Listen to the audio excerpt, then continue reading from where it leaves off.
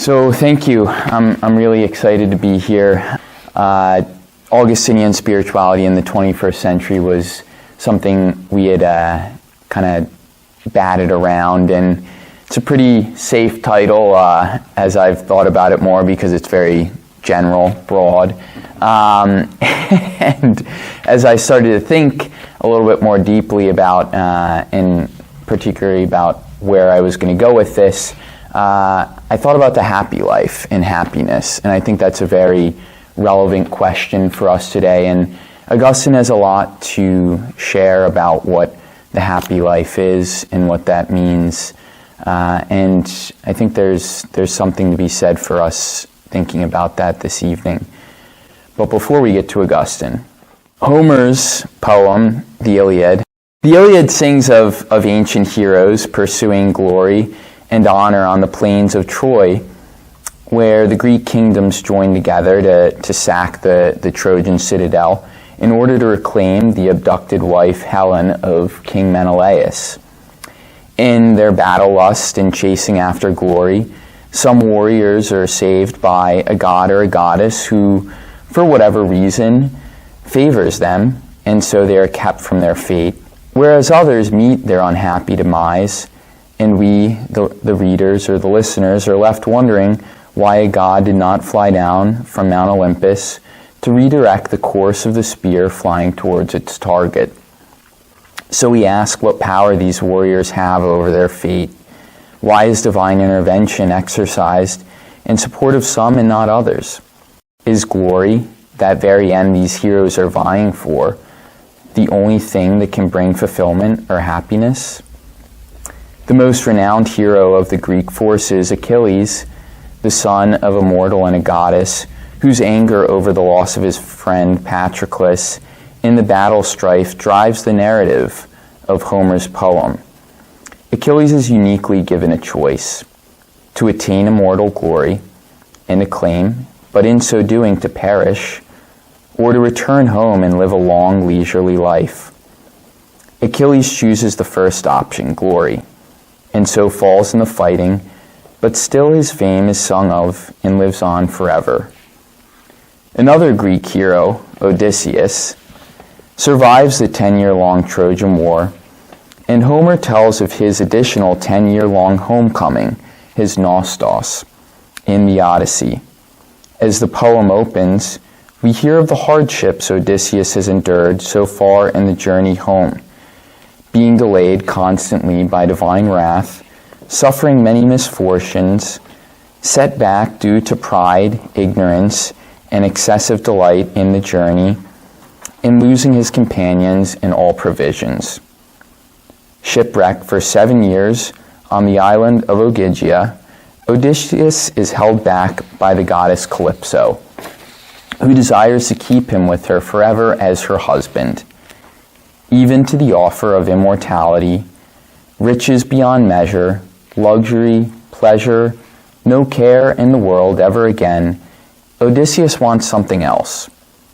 We find Odysseus weeping on the shores of Ogygia as he longs to return home to his wife Penelope, his son Telemachus, his kingdom of Ithaca, thus refusing Calypso's proposition as he says, "But even so I wish and I long always, forever, both to go homeward and to see my day of my return, my homecoming.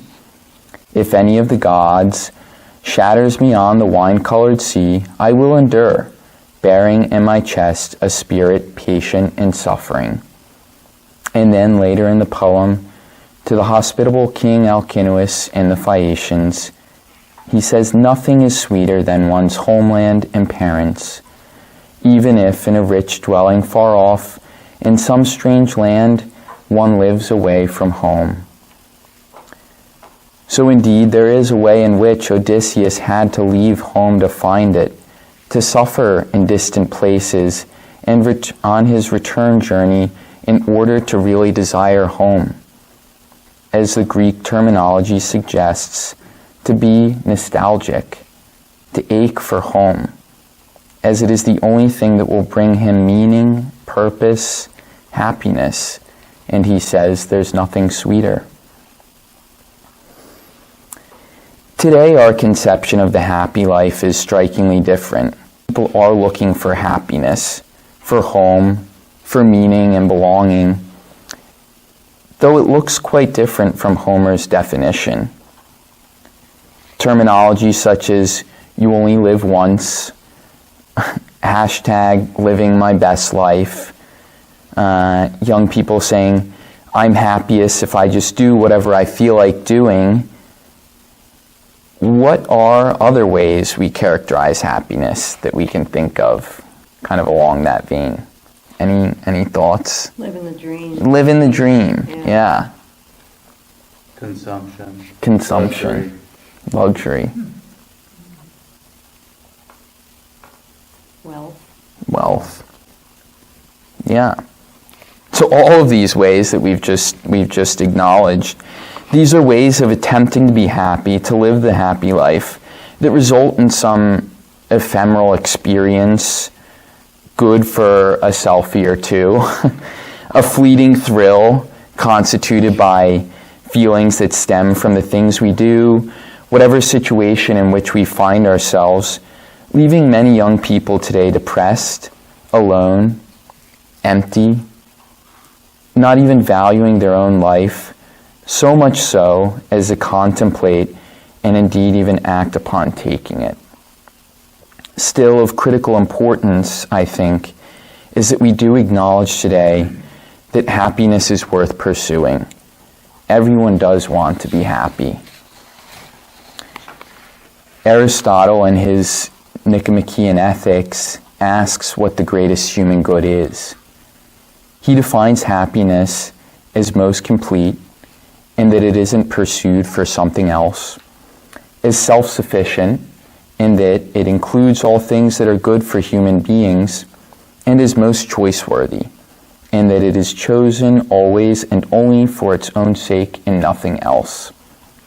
Other goods, Aristotle argues, including honor and pleasure, are chosen for the sake of this happiness. It is only happiness, from the Greek word for good in spirit, an objectively desirable state of well-being that represents the fulfillment of human nature that can be pursued for its own sake. So happiness is something we want to possess and participate in. It's not a feeling, as we would so often have it today, but an activity. Happiness is living well. Take, for example, the difference between the activity of a harpist and a good harpist. The function of a harpist is to just play the harp, but the function of a good harpist is to play the harp well. Augustine follows Aristotle in defining happiness as the greatest good, the most complete, self-sufficient, most choice-worthy thing, as an activity, not a feeling. With this framework established, Augustine pronounces in a sermon during a celebration of the birthday of the Utica martyrs, "Every human being of whatever kind or quality wishes to be happy." He continues, "There isn't anybody who doesn't want that, and want it in such a way as to want it above everything else, or rather, in such a way that whoever wants other things wants them for the sake of this one thing. People are carried away by the most diverse longings, and one longs for this, another for that. There are different modes of life in the human race, and in the great variety of modes of life, one has chosen and taken to one way, another to another. There is nobody however, whatever mode of life may have been chosen, who does not long for a happy life. So a happy life is the common aim of all." And here it seems to me that Augustine is describing much of the confusion we experience today in our pursuit of happiness. Insofar as we all do want to be happy, to live the happy life, yet how do we get to this happy life? If it is the common aim, commonality in the pursuit, it is love. Love is what draws us toward whatever object we desire. Love is the gravitational pull tugging every lover to seek happiness in the beloved. There is a great, almost empowering sense of freedom in this movement. Unlike an object that moves by the necessity of gravity, such as a stone's motion toward the ground, we love only what we want to love. Thus, there are innumerable things to love, countless ends in which we seek fulfillment of our desires, and so we are left to discern and choose with great care what the love in our life is that will bring us happiness. Augustine offers a variety of ways in which we can be unfulfilled or unhappy when he says, "In my opinion, you will not be happy if you are unable to possess what you love, be that what it may. Nor can you be happy if you do not love what you have, be it ever so good. Nor even if you are able to have what you love, if it be harmful to you. For if you desire what you cannot have, you are tormented. If you acquire what you do not want, you are deceived. If you do not desire what should be acquired, you are tormented. Now none of these conditions is unaccompanied by a feeling of misery, but misery and happiness cannot abide together in you. So if to be happy, we must have what we love and love what we have, and it must be something that won't harm us, what must we acquire? It can't be inferior, for then it will make us inferior. The object of happiness must be so perfect that nothing can be desired beyond it, of which our enjoyment gives complete, perfect, everlasting satisfaction. And so Augustine makes his grand conclusion, only God remains, therefore. If we follow after him, we live well. If we reach him, we love not only well, but happily. If happiness is what we all seek, if the shape of our life is love, and if God is happiness, then to desire happiness is to love God, and to possess happiness is to reach God. If we're on the way to God here and now, then, it makes sense that Augustine frequently describes this life on earth as a journey, a pilgrimage towards happiness. He writes in a sermon, "For there's one sweet homeland, and the one true homeland, the sole homeland. Anything otherwise is a pilgrimage for us." So does this leave us on the shores of some distant land, weeping miserably with Odysseus, nostalgic for home, tormented, deceived, or diseased by some inadequate happiness until we reach God? Augustine even grants that we can experience a kind of happiness and hope since we cannot get to God yet, to enjoy everlasting life, but have a hopeful happiness here and now. He says, "But he who is happy through hope is not yet happy, for he awaits in patient expectation a happiness he does not yet grasp." But how do we know which way to go? Who knows the path to heaven, to living the happy life? Spoiler alert, the answer is the Incarnation. In Book 13 of On the Trinity, Augustine describes the Incarnation as God's gratuitous offer to us to participate in the happy life forever. He writes, "For if he who is by nature the Son of God was made Son of Man through mercy, for the sake of other sons and daughters of man, how much more credible is it, how much more believable is it, that the children of man should be made the children of God by the grace of God, in whom alone and from whom alone the happy can be participants in that immortality. That we might be convinced of this, the Son of God was made a partaker of our mortality." God the Word became our companion and brother in the flesh to give us proof of God's love and His desire for us to live the happy life, to demonstrate the way to get to God for us, revealing to us that what seemed impossible, true happiness, is in fact attainable. The promise of everlasting happiness is where, as Augustine says, everything that is there will be good, and the Most High God will be the Most High good, and will be available for the enjoyment of His lovers, and thus total happiness will be forever assured. The incarnation of God the Word is the demonstration of divine love. God's utter generosity is enfleshed in His entering into fellowship with us in Jesus Christ, who lived the human life, joined into our sufferings, and so compels us to believe, to have faith in the abundance of God's love for us, and to hope for the very thing God promises us, the gift of eternal life, immortality, the happy life.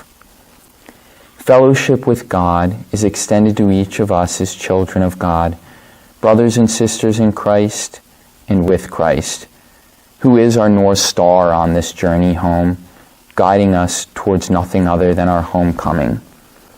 In just a beautiful sermon, Augustine supposes that this would be the way that Christ would greet us upon entering into heaven, and greets us through the gift of the Incarnation. And he says, I'm inviting you to my life where nobody dies, where life is truly happy. That's where I'm inviting you. To the region of the angels, to the friendship of the Father and the Holy Spirit, to the everlasting supper, to be my brothers and sisters, to be, in a word, myself, you to my life. So, that's a philosophical, theological background to happiness. I do have a remedy I would like to suggest for how we deal with this nostalgia today. But perhaps we could look at this moment at a text from Augustine, kind of working through it together, and opening up a kind of conversation, and then we can come back to talk about what my proposition is for the solution. So this is the introduction to, if you want some, people don't have things to write on, but if you have a pen. This comes from the opening of Augustine's treatise, appropriately named on the happy life. And he wrote this dialogue during his years in Cascia, right after his, right around the time of his baptism and conversion. And this dialogue takes place with his mother, his brother, his sons there, some friends, and it's on the occasion of his 32nd birthday, coming up on November 13th, Augustine's birthday. But given what we've just kind of talked about, perhaps some of the language, the vocabulary of happiness, I thought it might be good for us to spend some quiet and read through this and see what kind of terms come out to us in this really great illustration of the journey towards happiness, and then maybe think about for yourself what your own definition of happiness is based on what we've spoken about today and what this treatise is bringing up. We've got these three classes of seafarers, as Augustine names them. What are the three classes we have? First class is easy. Those that sail out to a short distance, set up shop, and and advertise, essentially. Yeah. The easy path to the homeland. Augustine's talking in terms of philosophy here, how you would arrive at philosophical truth. So again, a very early young Augustine kind of looking at the path to the happy life. So yeah, this first class, quick few strokes of the oar. They're in the homeland, and they set up these signs, these standards, and kind of say, like, here we are. What about the second class?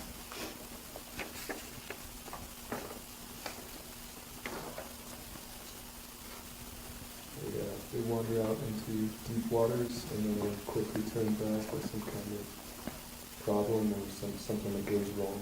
Yeah, they have a lot of trouble. There's these favorable winds that could push them one way or another, kind of these, maybe an analogy for more subtle temptations or pleasures in life that seem good, and then before we know it, we're so far out in left field that we don't know where we are. But they return after kind of these difficult experiences. And what does Augustine say is essential in making that return?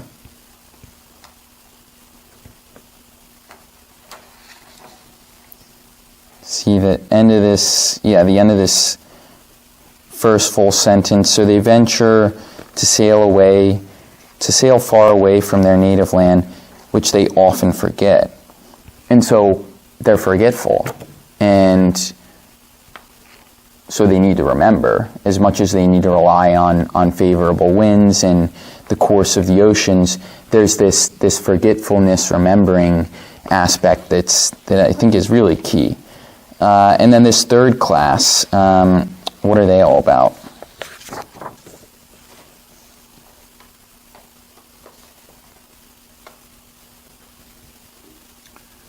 It seems they're a group that doesn't forget, that as they're right. moving, they still hearken back to the homeland and maybe part of the truth that they had there. Yeah. So they do remember the homeland. They remember home, and they either go there right away or they're delayed by further enticements, pleasures, whatever it may be.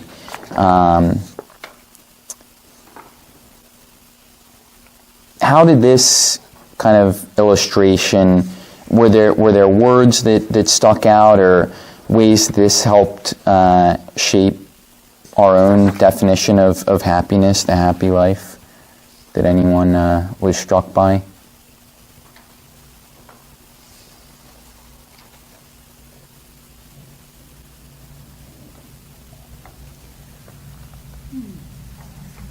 I'm confused by the happy life. I relate this more to my experience with God. Mm-hmm. And when I was younger, simple things seemed to fulfill the desire of seeking God in my own life, in my daily life, in what I wanted to do with my life. Mm-hmm. It was pretty easy, So, but then going along and, the second class and the third class, remembering and being pulled back to the essentials.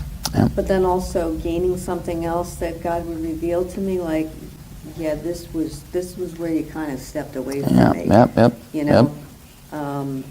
And where you got into trouble. That's it. Yeah. But I don't know that happiness was my goal. I was looking more for, living right.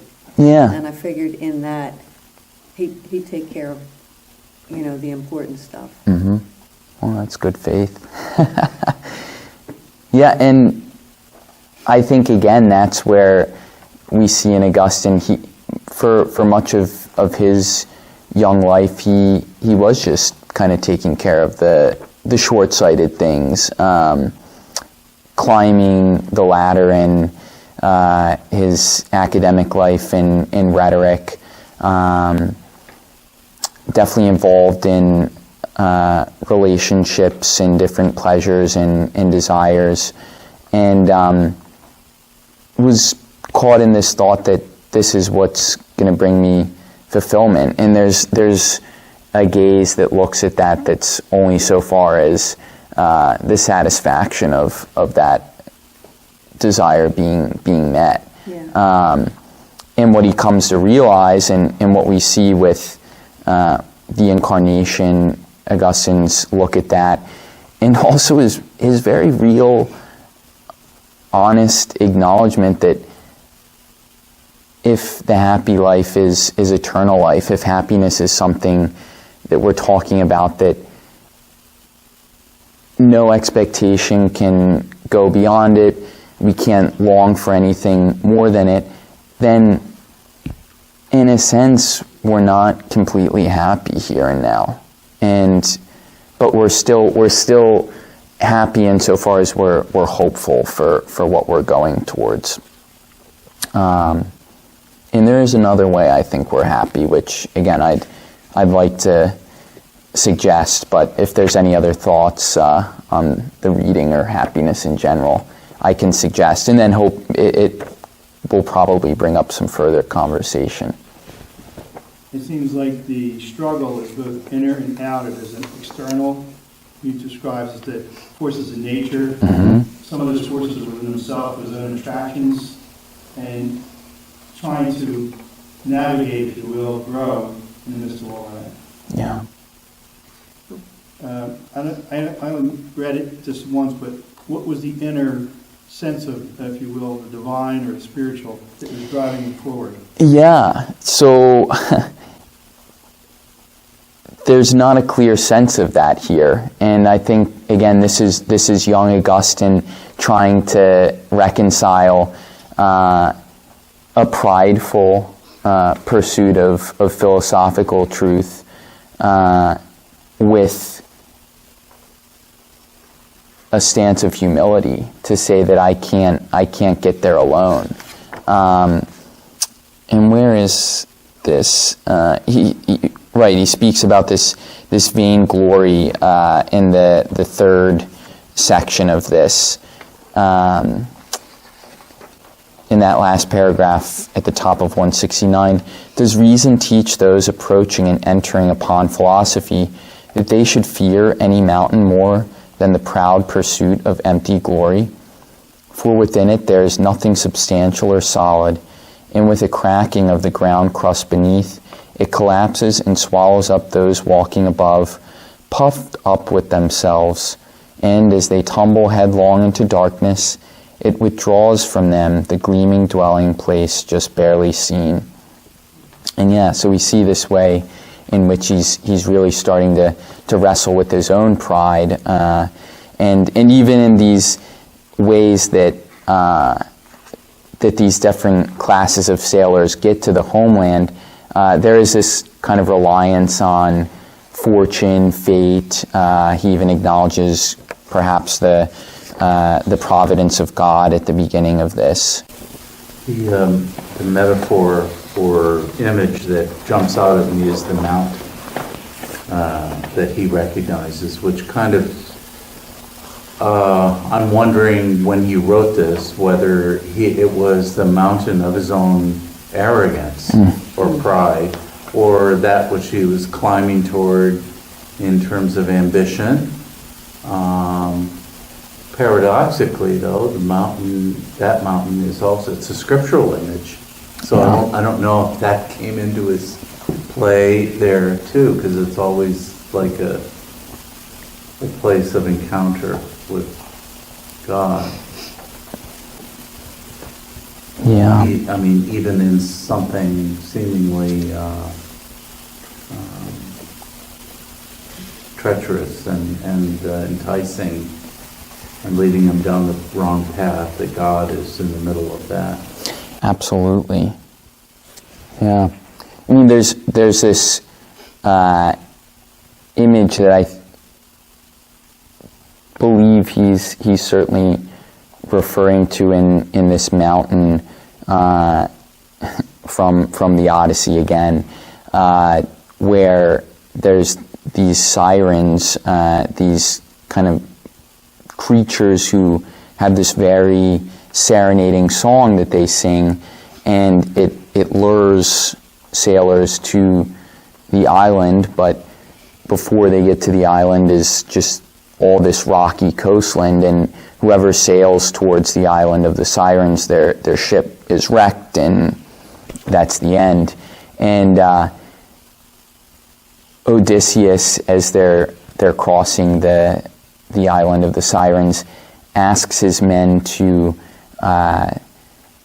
bind him to the mast of the ship so that he can experience the enchantment, the enticement of these creatures, but not be drawn to it. And so I think Augustine is definitely wrestling with this pride humility question in the mountain, because again he does realize after his conversion in the reliance on Jesus Christ as his mediator, as the one who guides us, who, as we were seeing earlier, shows us that there is a way to get to the homeland. Augustine thought it was something that he could just do on his own. That's typical of us. I mean, that's familiar to me. Sure, absolutely it is. Yeah. Maybe out the metaphor a little bit more. I'm understanding this as he's describing leaving the homeland and then coming back to it as the way that people find happiness. And also that the leaving is like a pursuit of philosophy. It seems like he's describing that as people approaching or entering upon philosophy, or some sort of like the going out to sea is discovering or learning about philosophy or something like that. So maybe I'm extending the metaphor too far, but if it's leaving and then coming back, why don't people just stay and never? Mm-hmm. Is he saying that if people never look for philosophy, they will just be happy?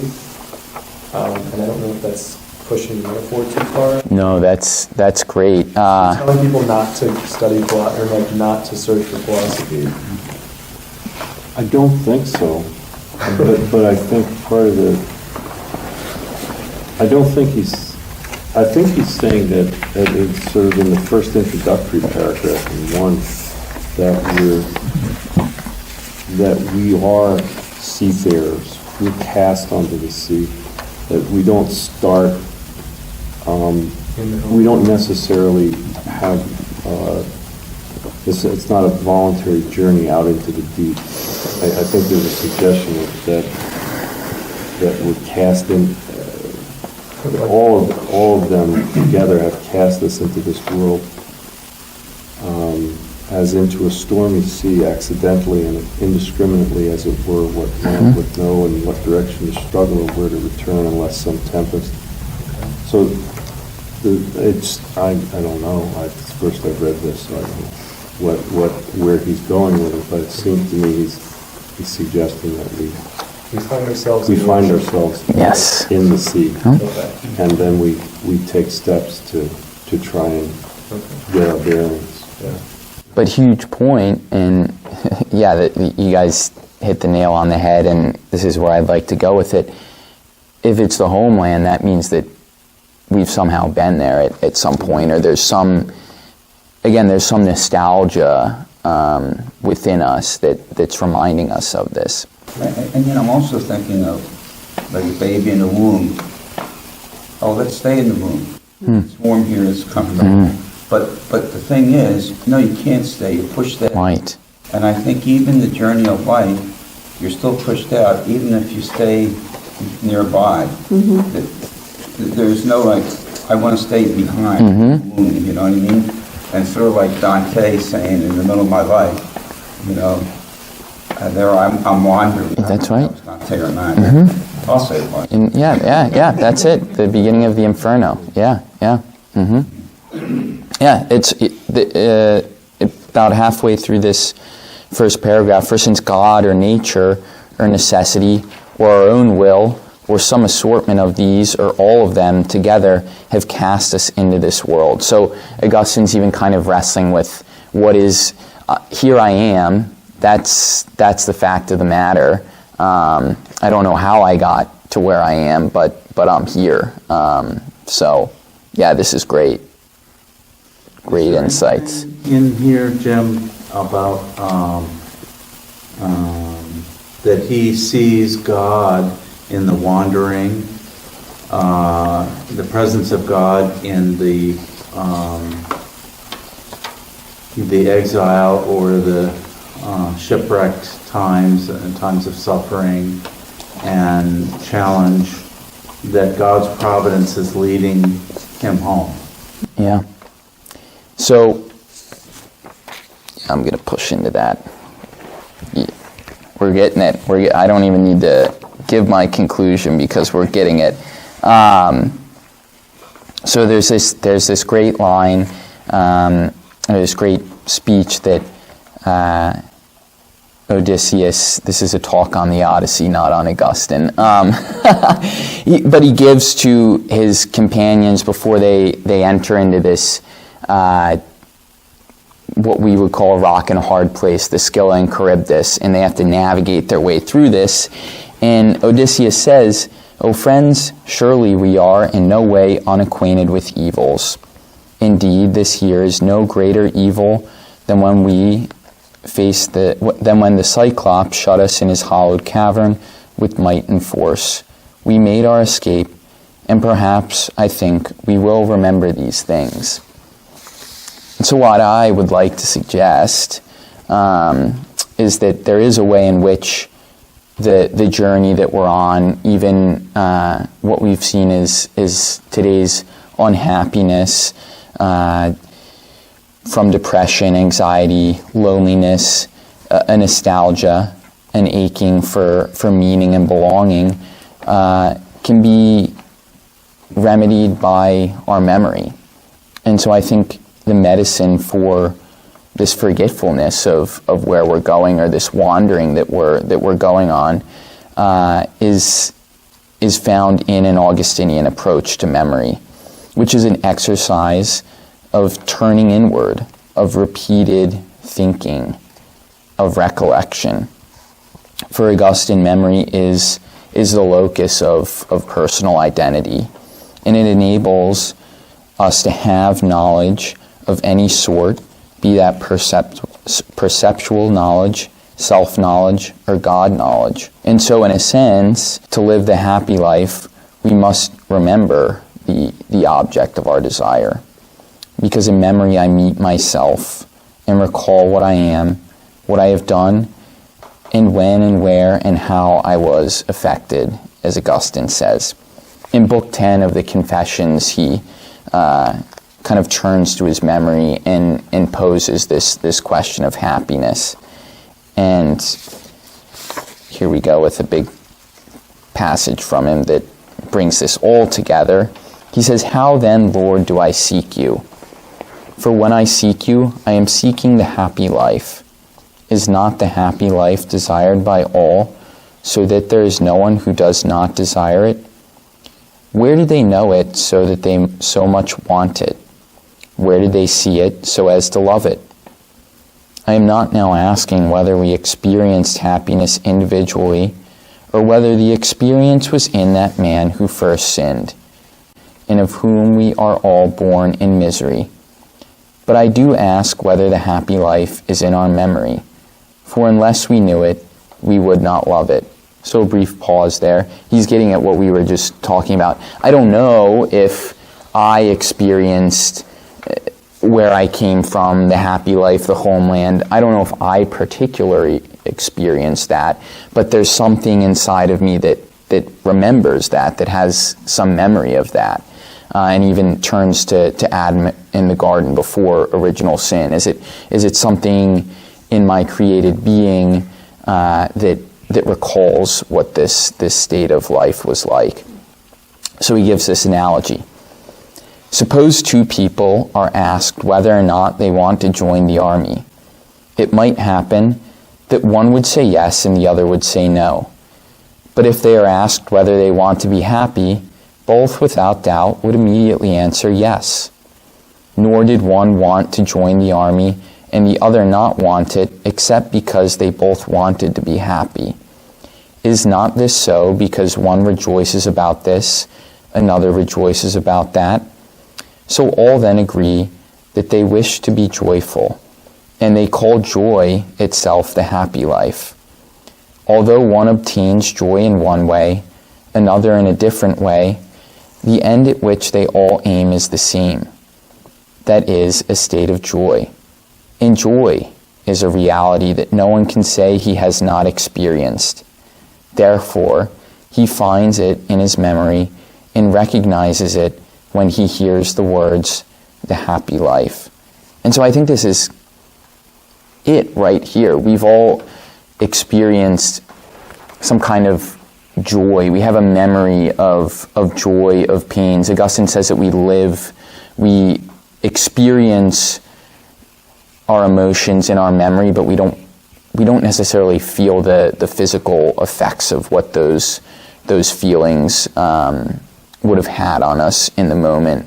So the joys, the pains, the highs, the lows, we can all think of a moment when we were experiencing any host of those emotions. And joy particularly is something that we can all look at a moment in our life when we were joyful and kind of equate that to the happy life. And I really think today we don't exercise our memory well. Look at considering happiness to be just a feeling, a fleeting kind of high that we experience, and then we're unhappy. And people again turn to social media as an outlet for filling that craving, that whole substances, any host of external objects. But there is an experience of being loved and feeling joy that I think if we all think critically and think well, we can name for ourselves particularly. And that's our own unique experience of God, of the happy life. And so that's what I suggest as a way for us to wrestle with what it means to be on the journey here and now today. And what Augustine proposes as a possibility for us trying to live his spirituality today in modernity, that memory holds the key to happiness, really. And so he has that beautiful prayer that many of us know from Book 10 of the Confessions to conclude this, where he says, "Late have I loved you, beauty so ancient and so new. Late have I loved you. And behold, you were within and I outside, and it was there I was searching for you. And into those well-formed things which you made, I, deformed, was rushing. You were with me, and I was not with you. These things held me far away from you. But if they were not in you, they would not be. You called and you cried out, and you burst into pieces my deafness. You flashed, shone forth, and put to end my blindness. You breathed fragrance, and I drew my breath, and I pant for you. I tasted, and I hunger and thirst. You touched me, and I burned for your peace." I can't imagine that a prayer that emotionally charged comes from anywhere other than someone who has experienced the journey of life and in this moment is looking back at those fleeting moments of joy, of happiness, however fulfilling or unsatisfying they were, and somehow recognizing that there was something more in what he was experiencing in those moments, which moved this man, which moved Augustine, and which can move us closer and closer on that journey to rest and happiness and to our home with God. So. That was good. Now I want to read more about Augustine. It's great stuff. It's all of our struggles, all of our wrestling, definitely. Any thoughts or questions? I don't even know what time it is.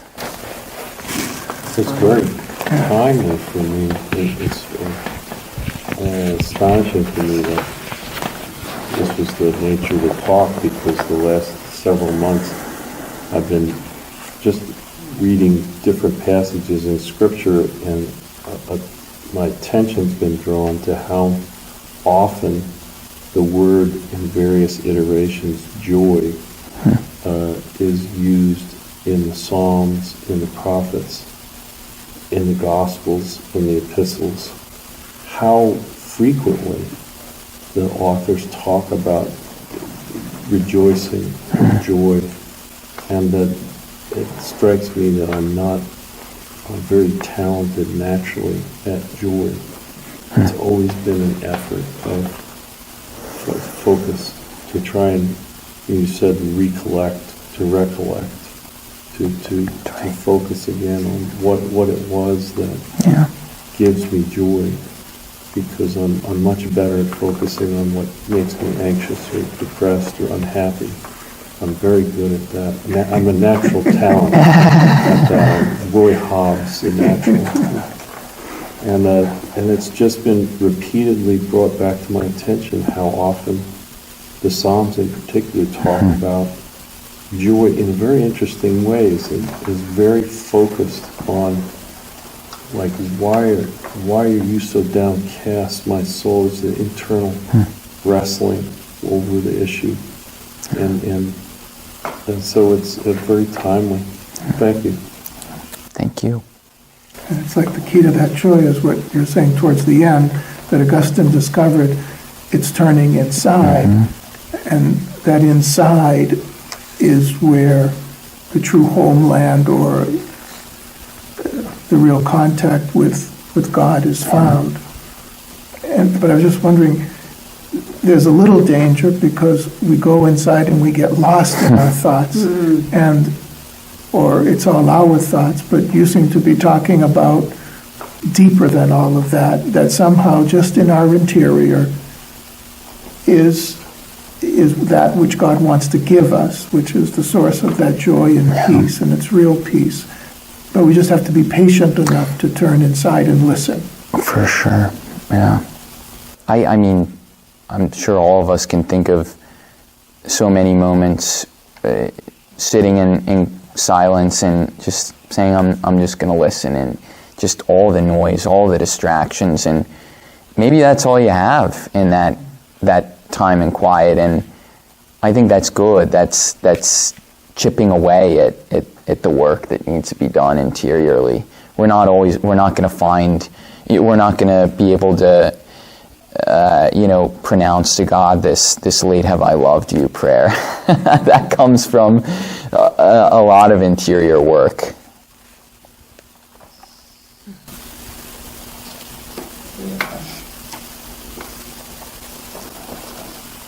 And a lot of suffering. Indeed, yeah. I'm just going to leave with this one question that you raised for myself. We don't experience our memory well. And then I think you referred to Book 10, was it? Yes. So maybe I'll just go over there and just reflect on it. But I'm not too sure how to go about answering that question. You know, we don't experience our memory well, you know. Yeah. Anyway, but I appreciate all the other Yeah. thoughtful stuff you were. And you know, I think a lot of Augustine's reflections in Book 10, as Jim was just saying, the entire narrative up to that point is Augustine really just spilling his guts, just saying like, this is who I am and where I've been, and this has brought me to this place, and we have to confront that, and especially those really tough moments. There's one of my favorite refrains throughout the Confessions, and Augustine uses it in particularly difficult moments. In Book 4, when he loses his childhood friend, who he just had this wonderful friendship with, and Augustine was really into it, and when the friend dies, he's just in this state of grieving. The first time Augustine opens Paul's letters, he shuts the book and shudders. He uses this phrase in these moments and others. It's in miris modis in the Latin, or in miris et occultis modis. And he says, God, you are with me, and you are with me in wonderful and hidden ways. And that he's able to see through this process of confession, of recollection, of engaging with his memory, the locus of who he is, that even in those perhaps shameful moments or negative moments of his life, that God was somehow in that. And that only allows us to see God's presence more intimately in those occasions of joy as well. So I like the way he talked about how the instances of adversity drive people back toward where they need to go. That hopefully they're only small adversities, but they're forcing people to then move away. yeah, As we've all experienced. It's interesting that adversity has the effect, like being in a storm and being helpless as to where you wind up very often. You wind up in another place because of adversity, some terrible tragedy, and you sort of find yourself on the crest of the storm, after a bit of storm, in a different location, and God uses the different location. I mean, it's difficult to take, but sometimes we're moved through our adversities to a different place that God wants us, or that's part of the direction home. It's not something that I would have chosen. It's not something I would have ever asked for, and certainly I didn't enjoy it when it was going on. But I can look back on different events and circumstances that have moved me from point A to point D, and it's a good thing that I was at point D. yeah, In retrospect, wasn't a unmitigated evil. But God somehow is always mitigating that and drawing further along. I'd rather not get into detail. yeah. No, that's the interior work. You know, so often we just don't look at those moments in our life, and to look at them and see the grace in that. Yeah. Mm-hmm. Jim, do you, kind of connected with that, what would you say from your experience as a younger person inhibits people from recruiting a sense of memory wherein they might come to know their their mountains and their different, the ways that they're wandering, that where they might find some path to their homeland. Yeah, I think there's a couple of things.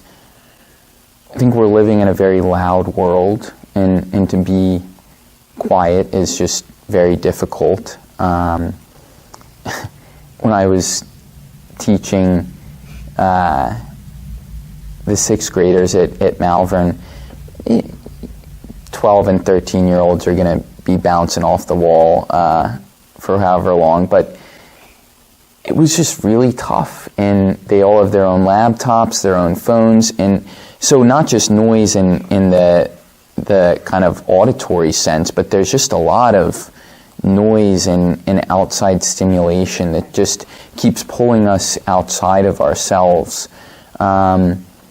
And it's the outside stuff that gives us meaning as well, and belonging. I think this question of loneliness is plaguing us today as a society, which is kind of counterintuitive, but loneliness is plaguing us as a society because we're finding fulfillment, we're finding meaning, belonging in all these exterior things. You look at how people connect on social media, that's my community. But what does that mean to be present on social media?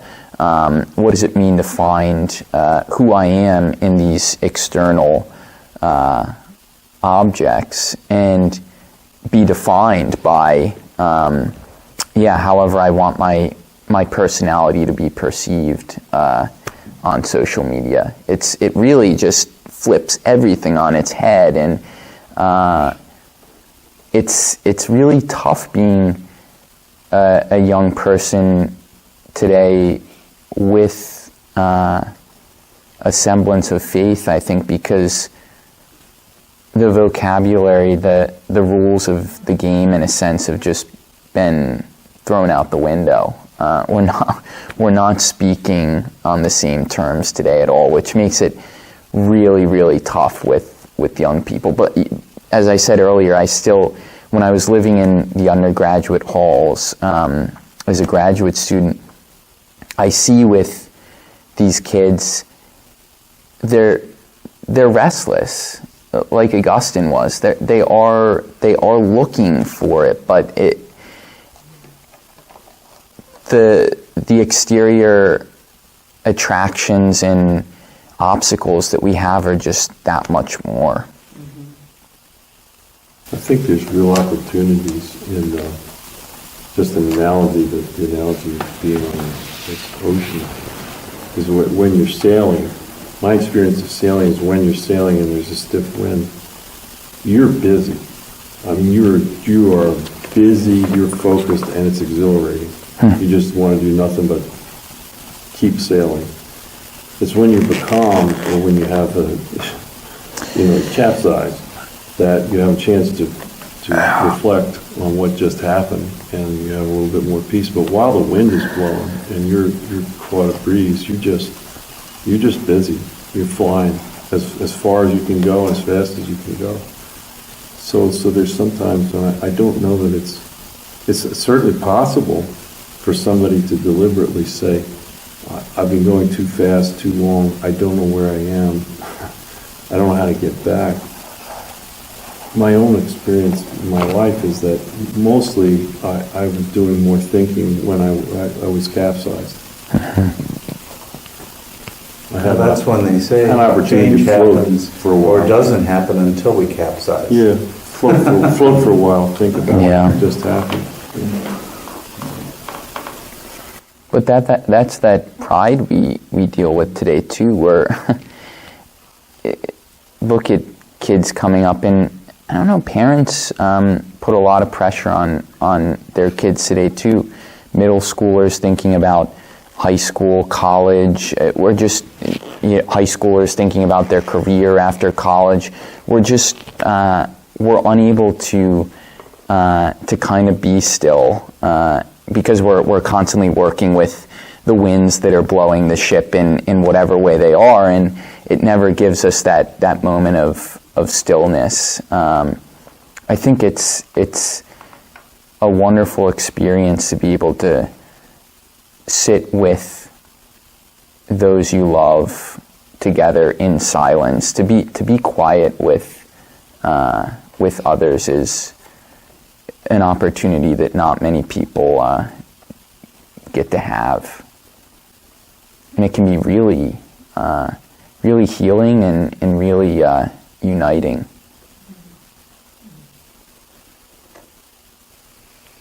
Not everyone gets a novitiate. What does that mean?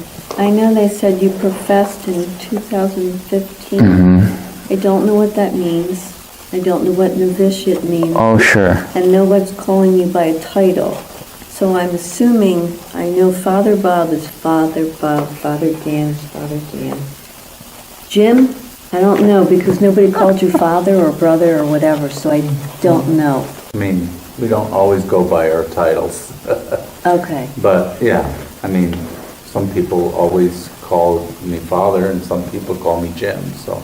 Okay, I guess I'm old school. In a church setting, I would call somebody by their title. Where you'd get the laser Or I'd stare get, from your mom. I get catch that from my mother. And Jimmy would be brother, Yeah. the title that we use. Brother. Because profession means that he had, he was moving towards entering the order, and the first formal step is a year of novitiate, which is a time of quiet, is one thing, or at least, and to learn about the order, to learn about prayer, and to be prepared to see if we want to profess the vows of poverty, chastity, and obedience. And so after the novitiate, you make that profession.